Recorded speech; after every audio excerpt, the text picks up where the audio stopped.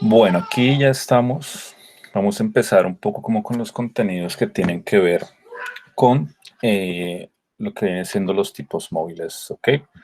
Les voy a compartir ahora aquí una ventana donde está la presentación.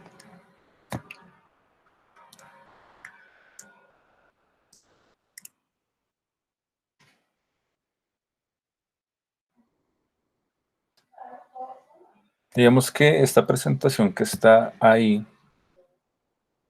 que ustedes pueden como observar, digamos que esta presentación tiene que ver mucho con uno de los contenidos que ya hemos hablado, que era lo de la clasificación tipográfica.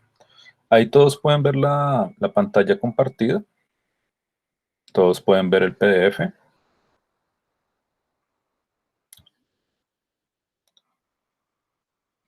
¿No los están viendo? Listo, denme un segundo a ver qué sería lo que pasó acá. Tarán.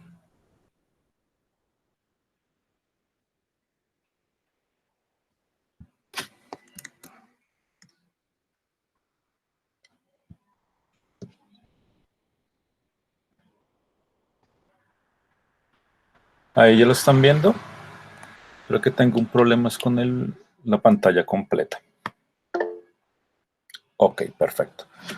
Bueno, entonces Daniela tiene unos problemas, por ahí otros unos problemas. Digamos como a veces hay algunos problemitas de la red. Vamos a darle como un poquito de espera, porque aquí ya me aparece eh, mi pantalla sobre la clasificación tipográfica. ¿Ok? Por aquí algunos me dicen que sí y otros me dicen que no. No sé, entonces, ya, no, sí. Ah, listo, perfecto. Bueno, igual como esto va a quedar grabado, después el link o la cuestión queda en YouTube y ahí lo pueden revisar sin ningún tipo de problema. ¿Ok? Bueno, entonces, como les venía comentando, bueno, Daniela, ahí pues vamos avanzando con el asunto y después te comparto como bueno, igual les comparto a todos el link de YouTube de la clase, que ahí pueden ver de nuevo el asunto. No se preocupen mucho como por eso. Bueno, entonces, para arrancar, pues vamos a hacer un pequeño recorderis muy rápido de lo que venía siendo la clasificación tipográfica, ¿no? Entonces, como nosotros lo veíamos anteriormente, este elemento de la clasificación tipográfica nos permite a nosotros tener una sensibilidad inicial del uso y del manejo de la tipografía en contexto, ¿ya? Esta clasificación me permite a mí hacer una división bastante importante entre las tipografías de época o las romanas y las tipografías modernas o lineales, ¿ya? Esa esa, digamos, como diferenciación entre los tipos de letras nos permite a nosotros como diseñadores empezar a entender que la tipografía se carga de un significado, de un sentido bastante fuerte. ¿Ya?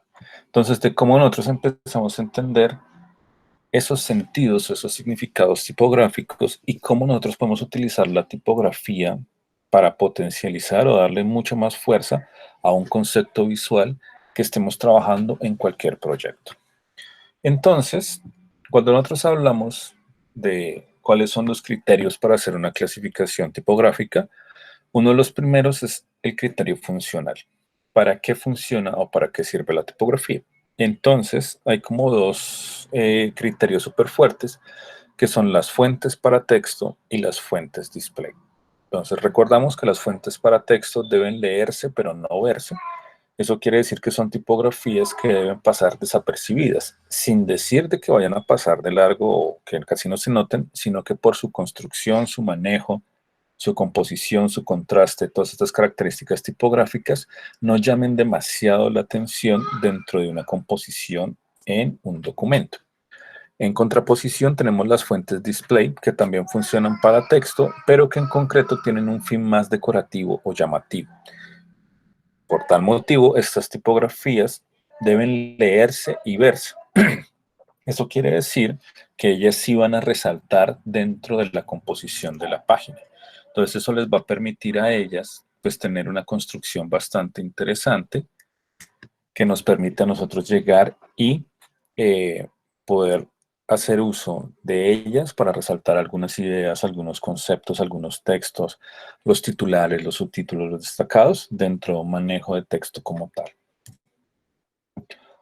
Después de entender eso, nosotros nos metemos dentro de los que son los criterios formales o de la forma en sí de la tipografía. Entonces, para poder hacer estas determinaciones o poder entender ya lo que es la tipografía en sí, nosotros empezamos a hablar de que hay un criterio de forma y el esencial o el primordial es si es una tipografía serifada o sin serifa, ¿no? Si entienden serif, sans, etcétera. Entonces, digamos que eso nos permite a nosotros empezar a hacer una clasificación o una determinación en dos grupos muy fuertes. Hay tipografías serifadas o hay tipografías sin serifa. Después nos encontramos con el canon. Este canon viene siendo también como de cierta forma ese peso tipográfico que puede tener una fuente. Entonces nosotros hablamos que hay un canon negro, un canon blanco o un canon fino. Esto pues depende de las tipografías. Cuando nosotros hablamos de un canon negro, estamos hablando también un poco del peso tipográfico. Entonces ese negro que estamos destacando, que estamos hablando aquí de cierta forma, son las tipografías bold, son las tipografías medium, heavy, black, ultra black, etcétera, ¿cierto? Las finas, pues por lo contrario, son las tipografías un poco más delgadas. Entonces tengo la light, la thin, la ultra thin, ¿cierto? Y el punto de referencia intermedio siempre es la blanca, lo que nosotros siempre vemos en algunas fuentes o familias tipográficas como la regular, ¿no? Eso nos permite a nosotros ir notar de cómo la mancha tipográfica o la mancha de un texto pues tiene un punto intermedio y hay unos puntos hacia arriba y unos puntos hacia abajo. Después nosotros nos encontramos con cuáles son las herramientas con las cuales son creadas o fueron creadas esas tipografías inicialmente. Todas las tipografías inicialmente se hacían o de una manera epigráfica, que era lo que les decía yo, que eran grabados en piedra o que se utilizaban cincel y martillos para grabarlos en cualquier tipo de superficie rígida, o caligráficas, lo cual utilizaba plumas, pinceles, etcétera, para hacer la escritura manual sobre soportes como papeles, telas y demás.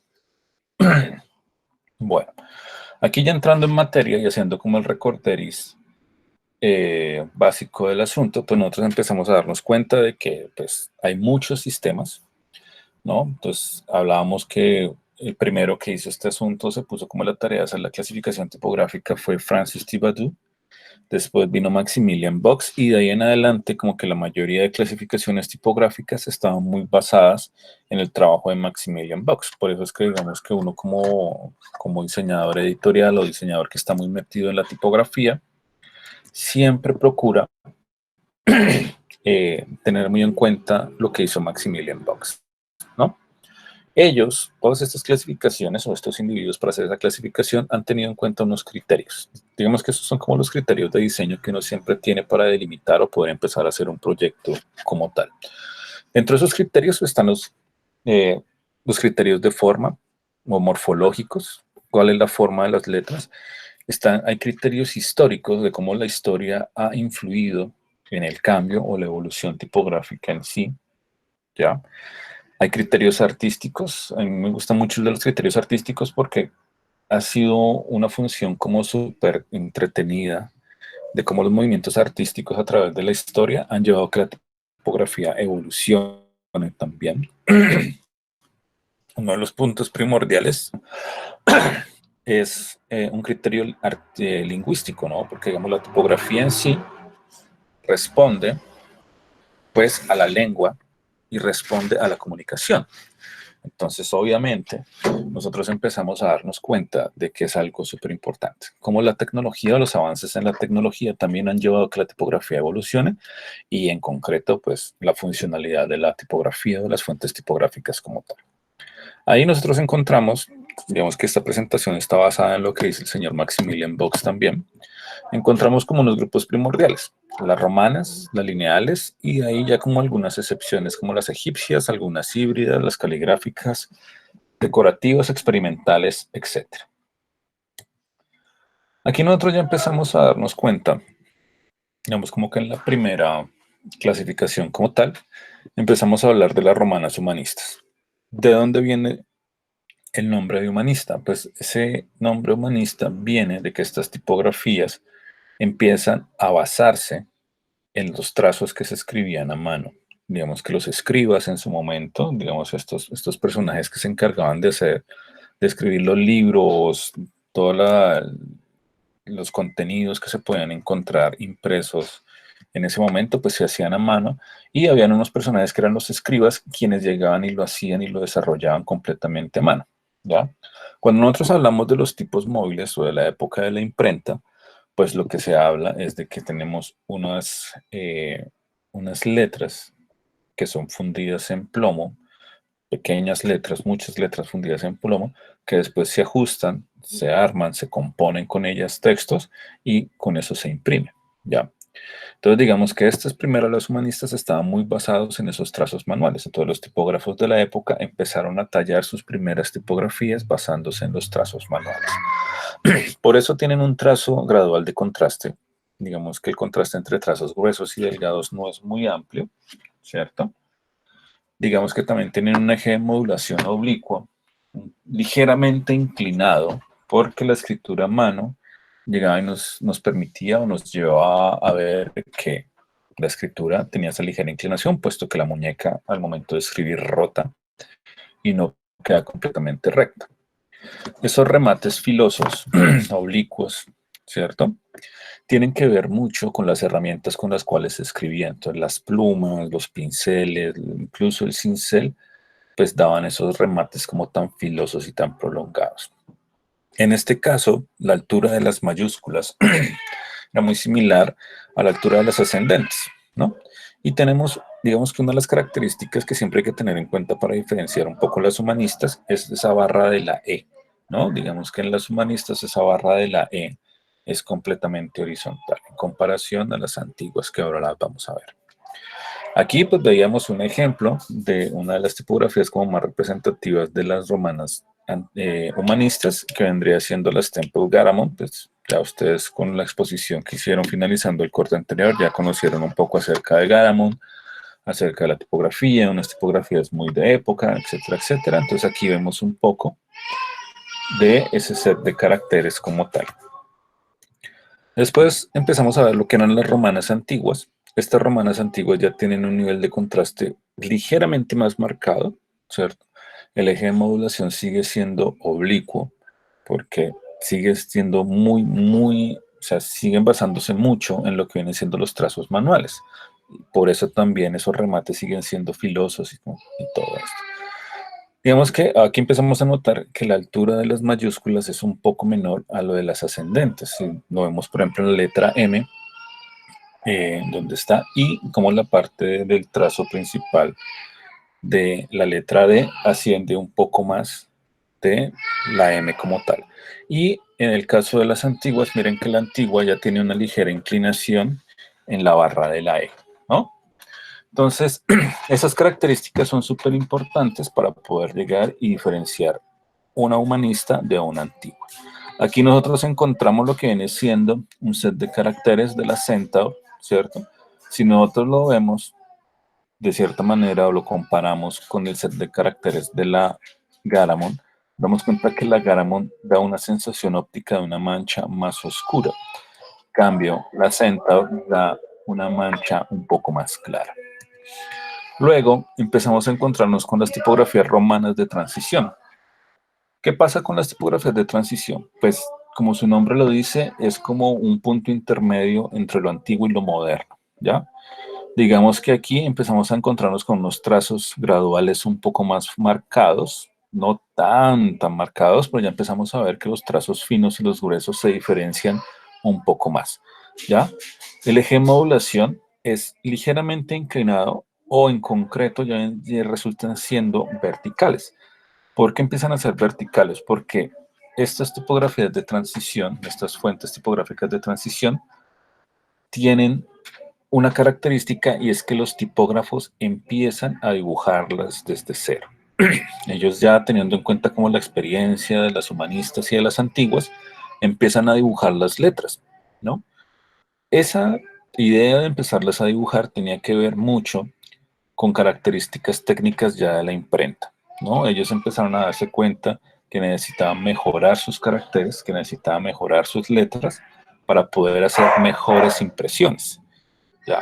Entonces, ellos tenían que llegar a un punto donde todo tenía que empezar a funcionar de una mejor manera. Y entonces ellos empezaron a dibujar esas letras como tal, ¿ya? Eso también lleva a que un poco la altura de las mayúsculas sea muy similar a la altura de las ascendentes. Cuando nosotros empezamos a ver las romanas de transición y de ahí en adelante, cuando ya vemos las modernas y empezamos a ver las lineales, empezamos a notar mucho más lo que viene siendo la compensación óptica. Digamos que hay ciertos puntos como la ascendente de la letra D, si ustedes se dan cuenta, un poco lo que viene siendo las barrigas de la letra E y la letra O y parte de la D descienden un poco de la línea base. Eso es para compensar un poco la mancha como tal. Digamos que en ese tiempo los tipógrafos tenían mucho cuidado sobre los detalles y eso lo utilizaban para poder hacer que sus composiciones tipográficas se vieran mucho más organizadas. Aquí vemos, por ejemplo, lo que viene siendo una Bertolt Baskerville. Digamos que ya es una tipografía muy bella, digamos, tiene una composición tipográfica muy bonita. Y es por toda esa misma cuestión de que ya los tipógrafos empiezan a pensar las tipografías para imprimir, para funcionar en la imprenta, para generar unas manchas tipográficas mucho más entretenidas. Después de las de transición, nosotros nos encontramos con las tipografías modernas, ¿ya? Entonces, ¿qué pasa con las modernas? Pues, si nos damos cuenta, la evolución tipográfica nos llevaba a un pensamiento bastante curioso y era de empezar a ver de cómo el nivel de contraste de los trazos, entre los trazos finos y gruesos, nos permitía a nosotros llegar y, y entender que esos contrastes nos ayudan a nosotros a entender las letras, nos ayudaban un poco con la legibilidad y la lecturabilidad, ¿no? Entonces, como que visualmente nos permitía entender mejor lo que estábamos leyendo. Con ese impulso, con esa estrategia, pues muchos de los tipógrafos empezaron a decir, listo, tenemos que generar unos contrastes mucho más fuertes entre trazos gruesos y finos. Entonces aquí es cuando vemos este ejemplo de esta Bauer Bodoni, donde el nivel de contraste es más o menos de 1 a 7, ¿ya? Que es muy fuerte. Digamos que la Bodoni, tanto la original como la Bauer y otros revival que se han hecho de ella, es una tipografía muy bella por ese nivel de contraste. Pero ¿qué es lo que pasa? Es unos pequeños problemas de lecturabilidad en pequeños puntajes. Es una tipografía que funciona muy bien en grandes puntajes. Digamos, por eso es que lo vemos como en cabezotes de revistas, cuando hay composiciones tipográficas o composiciones de ese estilo, se ve muy bien también como en titulares, grandes titulares, destacados, llamados. Es una tipografía que se da a verse, a notarse, pero no funciona para hacer pequeños textos o pequeñas composiciones tipográficas. Estamos hablando de 9, 10, 11 puntos. Para esos puntajes no funciona, pero cuando la pensamos en 60, 70, 80, 100, 200 puntos, es bellísima y toda la belleza del set de caracteres, que lo vamos a ver aquí, pues es bastante, bastante, bastante fuerte, ¿no? Entonces digamos que en este caso empezamos a entender de cómo funcionan las tipografías romanas en sí. Voy a hacer una pequeña pausa en la grabación para hacerlo como por partes, digamos que aquí como terminando con esta parte de las romanas y luego continuar con las lineales. Entonces voy a parar la grabación y ya regreso.